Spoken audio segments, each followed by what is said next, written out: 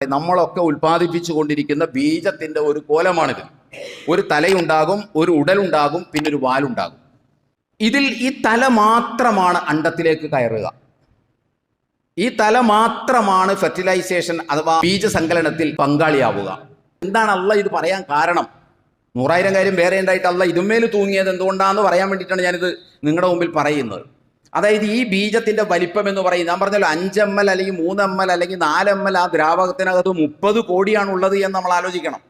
ആ 30 കോടിയിൽ ഒരെണ്ണത്തിന്റെ വലിപ്പം എന്ന് പറയുന്നത് ഈ കാണുന്ന വലിപ്പമല്ല. അതിന്റെ വലിപ്പം എത്രത്തോളം ഉണ്ടെന്ന് അറിയണമെന്നുണ്ടെങ്കിൽ ഇതാണ് 1 മീറ്റർ എന്ന് പറയുന്നത്. 1 മീറ്റർ എന്ന് പറയുന്നത് ഇത്ര നീളമാണ്, നമുക്ക് എല്ലാവർക്കും അറിയാം 1 മീറ്റർ. ഈ 1 മീറ്ററിനെ 100 ആക്കി ഡിവൈഡ് ചെയ്താൽ അതിന്റെ ഒരു ഭാഗത്തിന് നമ്മൾ പറയുന്ന പേരാണ് സെന്റിമീറ്റർ. 1 സെന്റിമീറ്റർ എന്ന് പറയുന്നത്. ഈ 1 സെന്റിമീറ്ററിനെ വീണ്ടും 10 ആക്കി ഭാഗിച്ചാൽ ആ 10-ൽ 1 ഭാഗത്തെയാണ് നമ്മൾ മില്ലിമീറ്റർ എന്ന് പറയുന്നത്. സ്കൂളിലൊക്കെ നമ്മൾ ധാരാളമായിട്ട് അത് പഠിച്ചിട്ടുണ്ടാകും. ഈ മില്ലിമീറ്റർ എന്ന് പറയുന്നത് നമ്മുടെ കയ്യിലിരിക്കുന്ന ബോൾ പെന്നിൽ ഒരു കുത്തിടുകയും അതിനോട് ചേർത്ത് തന്നെ മറ്റൊരു കുത്തിടുകയും ചെയ്താൽ അത്രയും അകലമാണ് 1 മില്ലിമീറ്റർ എന്ന് പറയുന്നത്. നിങ്ങൾക്ക് കുത്തിട്ട് നോക്കാവുന്നതാണ്.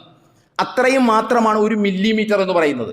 ഈ 1 മില്ലിമീറ്ററിനെ വീണ്ടും 1000 ആക്കി ഡിവൈഡ് ചെയ്താൽ ആ ഡിവൈഡ് ചെയ്തതിൻ്റെ 60 ഭാഗം ചേർത്ത് വച്ചാൽ എത്ര വലിപ്പം ഉണ്ടാകുമോ അത്രയും വലിപ്പമാണ് ഈ ബീജത്തിനുള്ളത്. ഈ ബീജത്തിന്റെ തലയും ഉടലും വാലും എല്ലാം കൂടി ചേർന്നാൽ അത്രയും വലിപ്പം മാത്രമേ അതിനുണ്ടാവുകയുള്ളൂ. ഇതിനകത്ത് ഈ തലഭാഗം മാത്രമാണ് ഈ ബീജസങ്കലനത്തിൽ പങ്കാളിയാവുക എന്ന് പറഞ്ഞല്ലോ.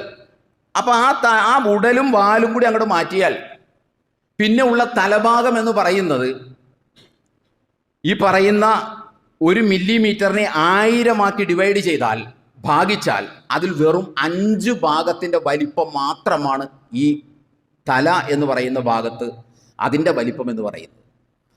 നമുക്ക് ആലോചിക്കാൻ പോലും പറ്റില്ല അതിൻ്റെ വലിപ്പം.